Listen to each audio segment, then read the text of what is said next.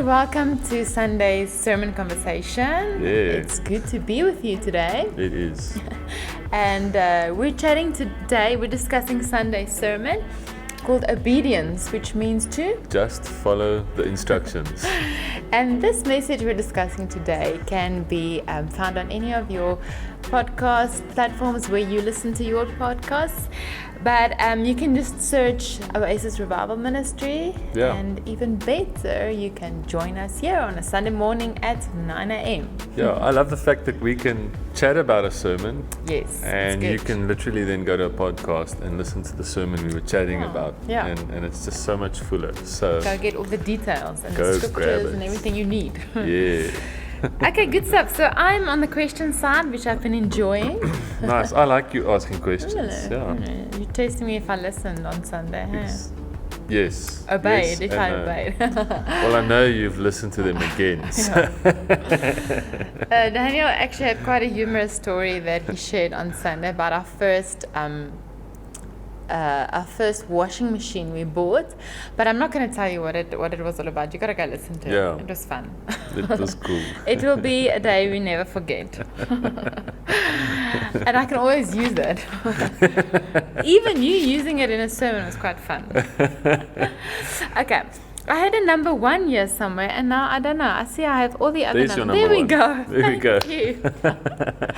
So you spoke a little bit about obedience and offense. So can you tie those two together for us? Offense and obedience. How do the two interact with each other? I think if you take offense with someone or with God, chances are you're not going to listen. Okay, I like that. Simply put. Good. Let's stop there. That's good. Chances are you're not going to listen. My number's all over the show. It's quite crazy. But yes, I had actually quite an interesting thought while just processing all of this. Offense is something that we've actually, in our circles, we've normalized offense. Why I say that is, you'll often be in conversation with people and you hear this, and I myself have said it, and you hear this, I was so offended with that person, or I was so offended when she said that, or I was so offended by reading that, or I was so offended by this and this and this. Now, I don't know if that is maybe possibly something we're picking up that we shouldn't have picked up in conversation. Does it mean we're actually taking offense at something when we say, oh, I was so offended when someone said that? I thought that is something that we've really normalized. I don't know if you have any comments on that. Yeah, I think maybe let's talk about what offense is first. Okay. And then come to the question of whether it's normal what or not. What is offense? Okay. Yeah, we often will go, I'm offended. And it's bigger than just hurt. Someone will say something or do something. Yeah. And it will cause pain. Yeah. Yeah. And when we feel pain, we have a response to that we can choose we can choose a response. Yeah. And in the natural or in the body, pain means let's get better. Pain means stop what you're doing and give attention to what's hurting. And so oftentimes someone will do something or say something and we feel this pain. Yeah. And we have a choice. Am I going to allow myself to be healed from what the root cause of that pain is?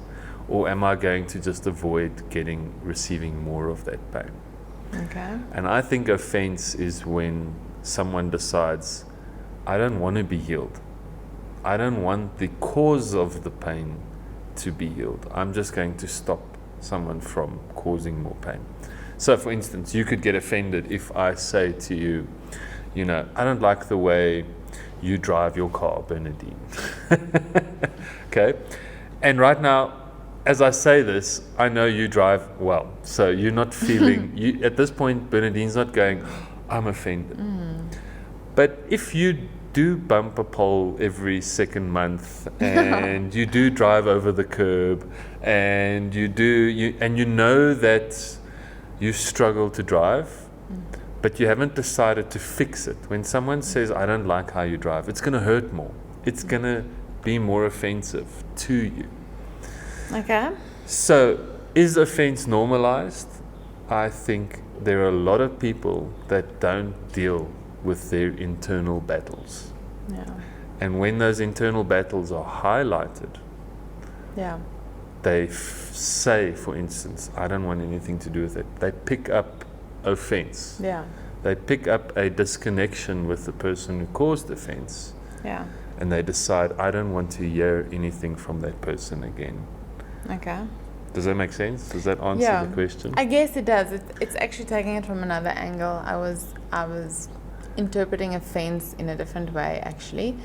More like picking up something or reading into something which was never there, which was never intended, or interpreting something that was never meant in that way. That's how I interpreted it. That's exactly what it is. So okay. it is exactly that.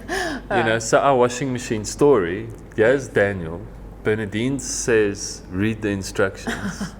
Yeah. And I choose not to. Okay. Not for any good logical reason, Yeah. but because I chose offense in that moment. Yeah. Because my family is not Bernadine's family. Okay.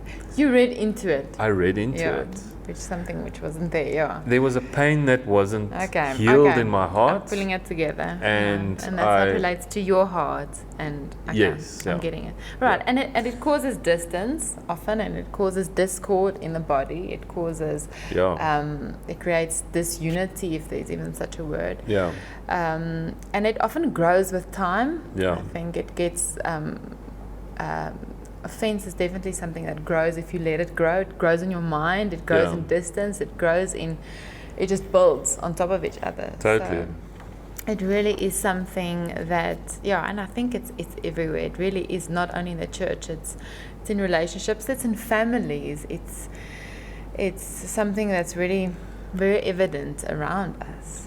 It's wherever you go. I mean, the way we respond to whatever information comes our way is based on where we've chosen to position our hearts. Yeah, sure. So the more something offends you, the chances are the more your heart needs healing before you even got offended. Okay. And so it does grow in that way. Yeah. There's a lot of people that haven't dealt with the things that have hurt them. Yeah. Or with what needs to be fixed in their hearts or in their minds. Okay, so step number 1,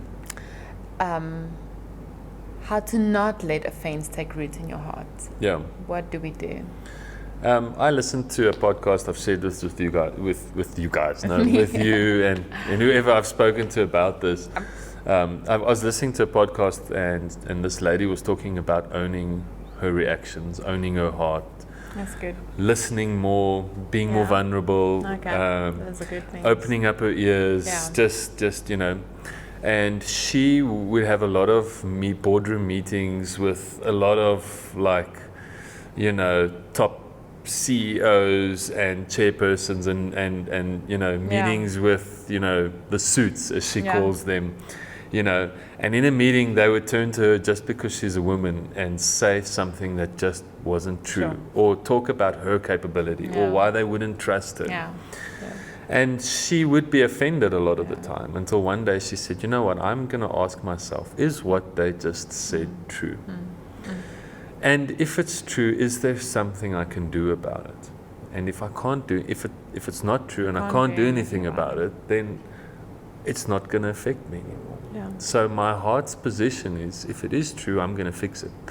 If it's not true, then I've got nothing to fix. So why be offended at all? I like that because it forces you to first identify whether this is truth. So everything that is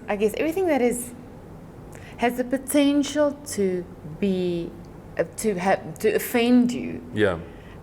sometimes it's true, and Yes. sometimes it's not true. Yes. So offense is not automatically something that was misplaced or missaid. Sometimes it does resonate with Yes. something in you that is true, Yeah. and that's when you have to introspect and see, okay, Yeah. what is causing that? What is Yeah. there?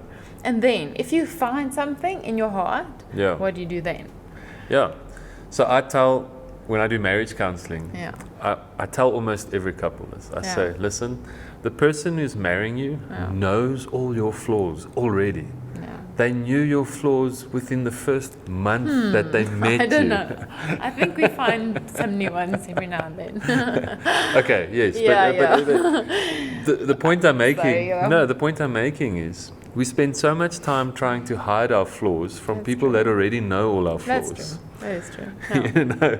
Yeah. And so we're responding out of this offense the whole Yeah. time instead of just being open and vulnerable about what you're working on. Say, listen, I'm working on this. I'm really trying. I'm really trying to fix this area, Yeah. or I solved that, or Okay. or this is how I conquered that. Yeah. And it's just an openness to a transparency. Yeah. The Bible talks about those who love darkness do everything to hide from the light. Sure. And so I always see that darkness as a covering as well, that we try and like hide under it so that no Yeah. one can see our flaws. Yeah. Sure. That's true. That's true. Yeah. And when light comes, which is Yeah. truth, what do? We run away from it. Yeah. And so Yeah. sometimes we just need to follow the instructions. Yeah. So when you said the word covering, I was actually just reminded of something I'd written down. Quickly context. We had an amazing parenting course this past weekend. Yeah. It was phenomenal, and it all had to do with love versus fear and control versus freedom. Yeah. In the one of the mornings, I had just this profound picture of God covering us with a blanket, and this blanket represented His ways, represented just His love, His goodness, but His ways, His statutes, His way of doing things, and within the blanket there was safety, there was peace, there was security. Yeah. And His ways, it just reminded me of living under His covering is Yeah. what creates the true safety, peace, and it really connected in, it tied in well with the parenting course, that our disciplining our children, our loving on our children creates this blanket for them, in the sense of freedom. But there are people that have not experienced that in their lives, that have not experienced discipline or grown up in very controlling homes, and They have grown up in control. they have grown up in Yeah. controlling homes. So what happens is that creates their perception of God Yeah. as God as Father, and Yeah. that person that might be offended with God. Yeah. They think God is controlling, and He is a set of rules and a set of regulations, and I can't do this and I can't do that. Speak to that person that has that perception of God and might carry offense towards God in that way. How do they get out of that? How do Yeah. they get released from that? It's Or hard. would you agree when, with that? Yeah. Yeah, it's definitely hard when the people who you've allowed to speak into your life, Formed you. Yeah. who formed you, your parents, your teachers, your Yeah, colleagues, yeah. Brothers, older brothers and sisters. older brothers and all of that, Yeah. that whenever they discovered a flaw in you, they would meet it with punishment Yeah. versus discipline. Yeah. And there is rest in knowing that people who are punishment orientated are control orientated. And generally they tend to focus backwards. So Yeah. they're going to mete out a form of punishment Yeah. because of what you've done. Yeah. Yeah. And you'll find this at work, in workspaces too. Oh, this person emailed me in this way. Well, then because they did that, Yeah. I'm going to punish them by doing this. Yeah.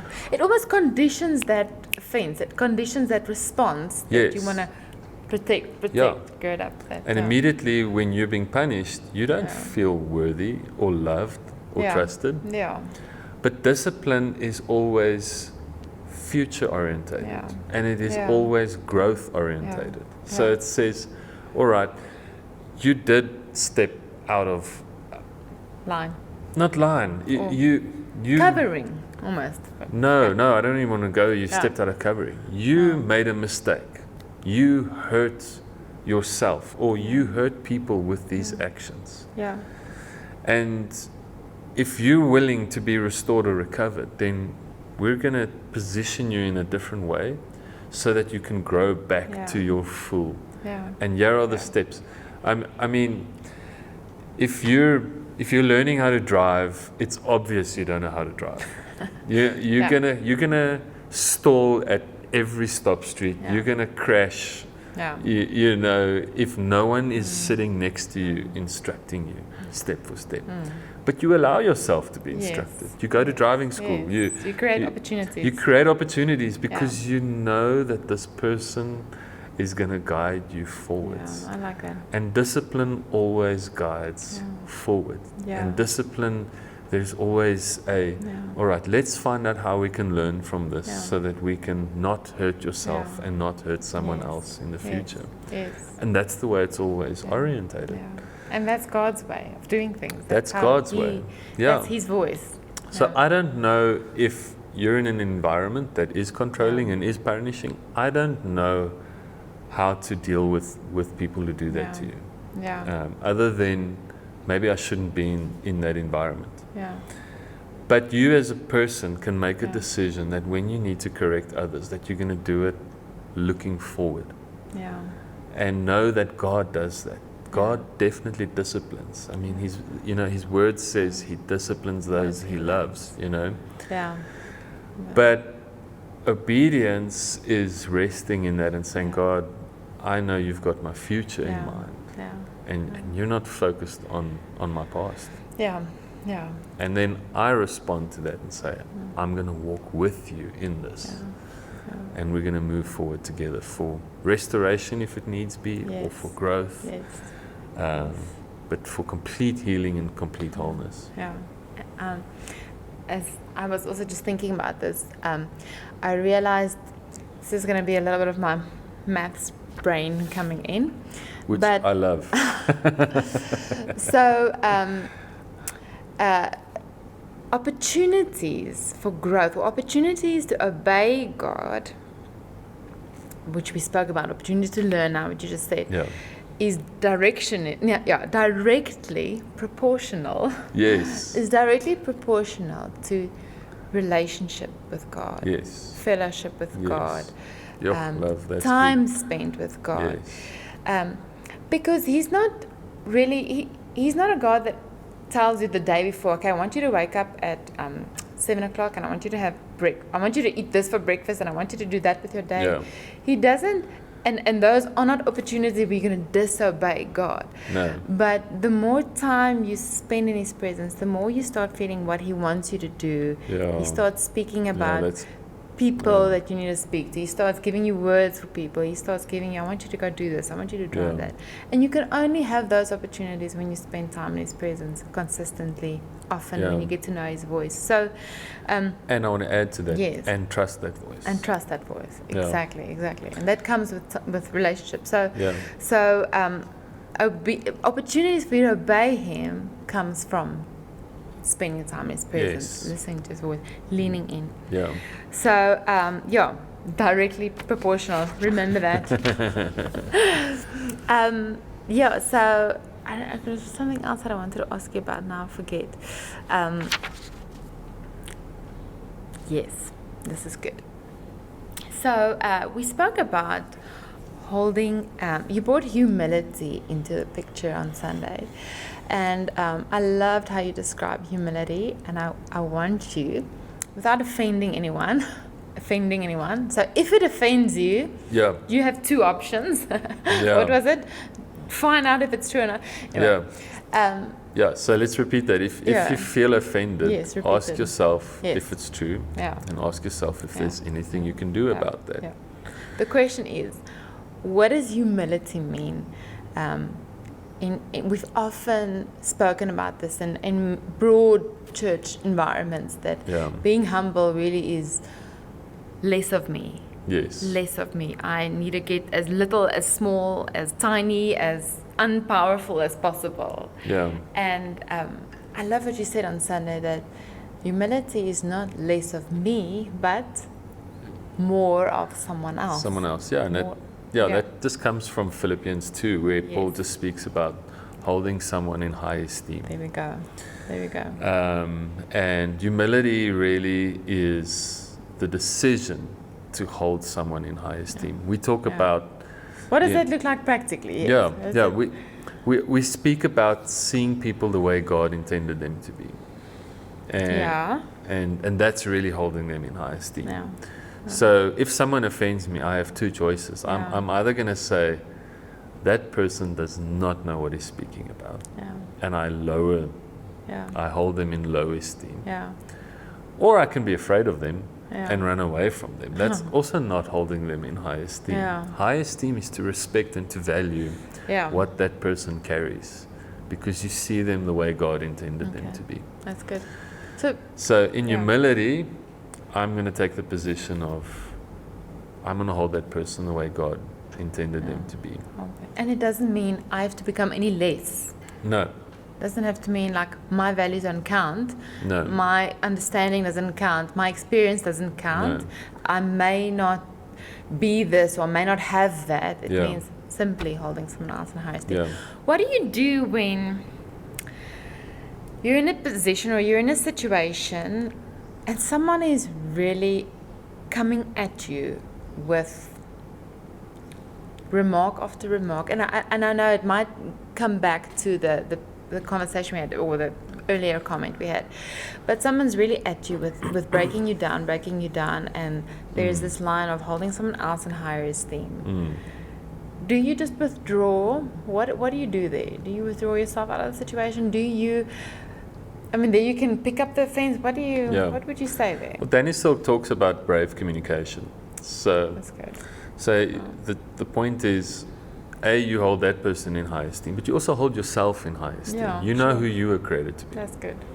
So that requires honest communication. Yeah. That requires, I'm going to tell you. I'm going to give you a piece of my mind. No, I'm joking. And depending on your mood, this is a bigger piece of mind you're going to give. No, you're going to be honest about what hurts, why it hurts, and how you would appreciate not to be hurt. Okay. Or we have an agreement, and this is how an agreement was broken.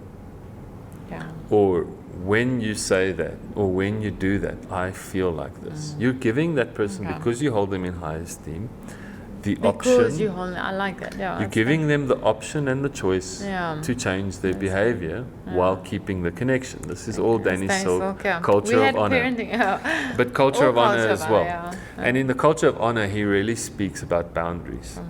So what that means is people have the right and the ability and the authority to influence our lives, right? So you, Bernadine, have the most influence on my life. You in my inner circle. No one, not even my children, have the same influence that you have on my life. True. And then as you go, you get people that have less and less influence on your life. Yeah. And what's in proportion, directly proportionate, the less influence they have on your life, the less chances are they have of offending you. That's why. That's good. All right. That's good. So that's why. That's where there are boundaries. Yeah. So oftentimes your person you're married to offends you the most or hurts you the most. And it's simply proximity. It's relational proximity. Wow, we're getting scientific. It's the level of influence they have on your life. Yeah. I probably thought about this a long time ago, but you're reminding me of this. So. Yeah. So I made a vow to you that you will always be the person who has the most influence on my life. Yeah. And in marriage, I don't have the option of telling you, no, now you're going to have less influence on me. I don't have that option. You have to always pursue. We have a vow. Yeah. My children, have influence on my life. Yeah. But I don't have a vow with them. No. So one day they're going to be 21, and they're going to make their own vows. They're going to make their own vows, and then they're going to choose how close they want to be to me or not, and vice versa. And so it goes. So when someone really It's good. hurts you in a certain way, and you're not offended by it, but they continue to hurt you in a certain way and not listen to your communication, then basically they walk out of their circle of influence. You don't cut them out, they walk out. Their behavior means they walk out. Yeah. And if they want to walk back in to that place of influence, they need to take up the responsibility of saying, I'm going to take ownership of my behavior that hurt you. And they're going to restore the trust. And there is going to be a new connection made and a new door that's opening. I mean, we've had people walk in and out of our lives and then come back in again once they come through that door of trust. Yeah. And that's generally how you deal with someone who continues to, you know. So I think it's quite tough to not be offended with that. Yes. To not yourself get angry. Yeah. Hold it against someone.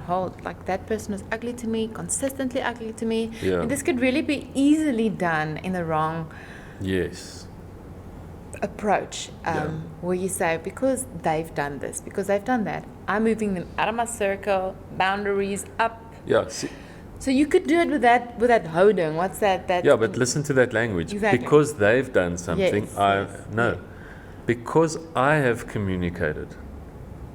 So if you change it around and it becomes about you taking ownership, you're doing a self-check. You're going, have I communicated? Okay, bravely? you're going through the the two questions. Yeah. Is it true? Okay. Have I been able to do anything about it or not? Have I communicated bravely? Yeah.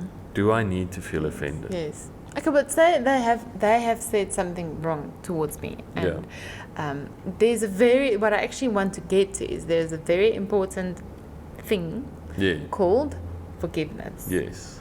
That goes hand in hand with Yeah. dropping that offense. Absolutely. Because I think it's the stepping stone to saying, I'm not going to let that offend me. I'm not going to let that get to my heart. Yes. It's part of putting that boundary up. It's saying, I forgive you. You did say something that was unfair. Yeah. Something that isn't true. You did accuse me of something that's not true. Mm-hmm. I'm going to choose to forgive you. Mm-hmm. I will weigh it up. Mm-hmm. I will before you get to that point. Mm-hmm. But the things that you said that are not resonating with my heart, I forgive you of that. And I think that's what love is.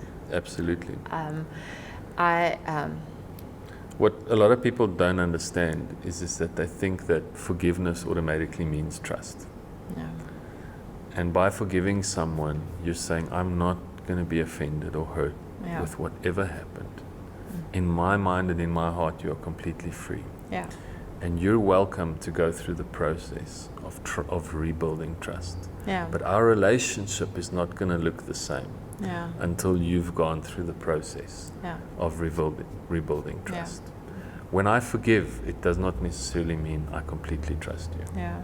It means now we can go through a process of rebuilding trust. Restoration. Would you like to start that process of rebuilding trust?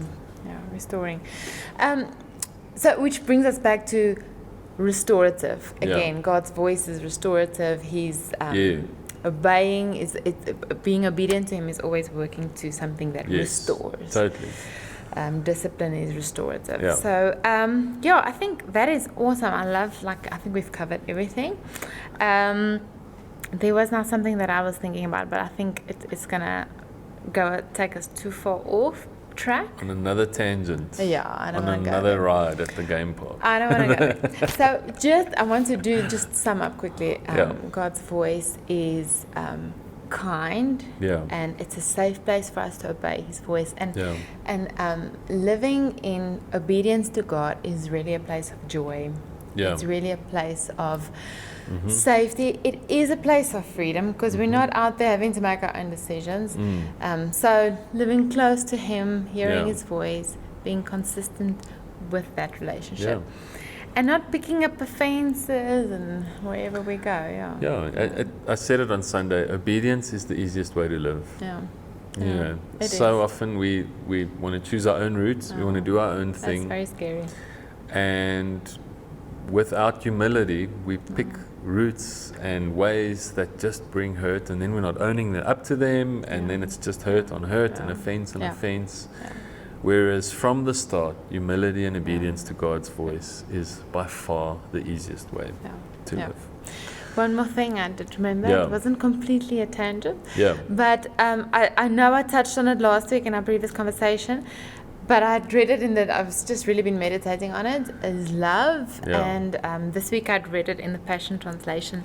Love is large, incredibly patient, gentle, consistently kind, not easily irritated or not easily offended. Offended, wow. And that's where we hit the offended. So if you're loving and if you living in love, if you're functioning with God's love inside of you, living in love, functioning with God's deep love inside of you, offense is something that should be a no-brainer. It should be a non-issue. Exactly. And I think that's the challenge we put in front of ourselves is the extent to which we function in God's love and really acting from that place.